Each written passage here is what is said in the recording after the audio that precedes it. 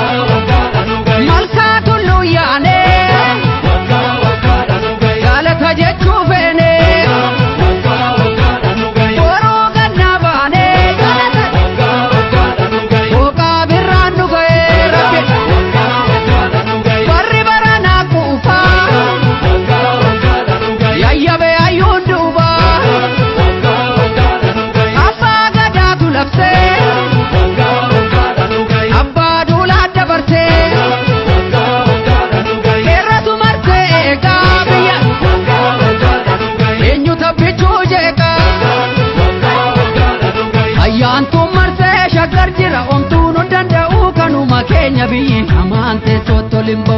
Atu marse shakatira untuzi gadawutira polelo amante sotolimbo Innanu guddisi jababu si jennesi kadanna kan dabeska jelchi uma guddaa si tabdannu Irreechi waggaa nufa kan rabbiinu ga'uun orarsa diigeenye ora finfinneetti wal ga'u Deebi'aan nuuratti irreechi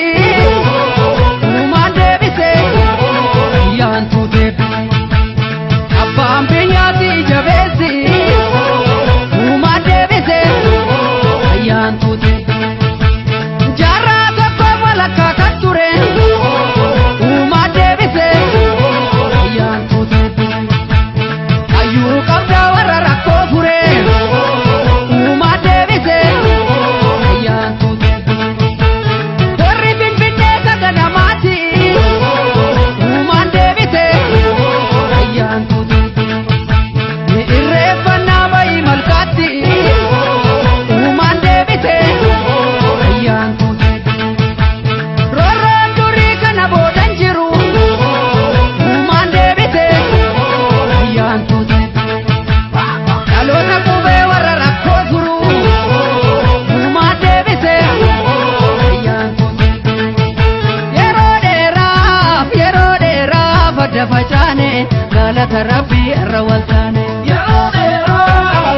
dheeraaf adda facaane galata rabbii irra wal taane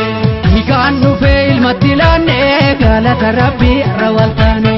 Higaan dhufee ilmatti laanne galata rabbii irra wal taane Higaan dhufee ilmatti laanne hora bullallee tarra dachaane Higaan dhufee ilmatti laanne hora bullallee tarra dachaane Falmataa lammii koo kan birbirsa gooroo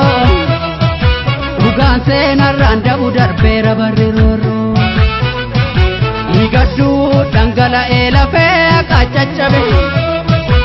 Ijji dhiiga roobee lubbuutu gumaa dhabe Falmataa lammii koo kan birbirsa gooroo Dhugaa qaallitti ture himannaa bara roorroo Higadduu dhangala'ee lafee qaccaccabe Ijji dhiiga roobee lubbuutu gumaa dhabe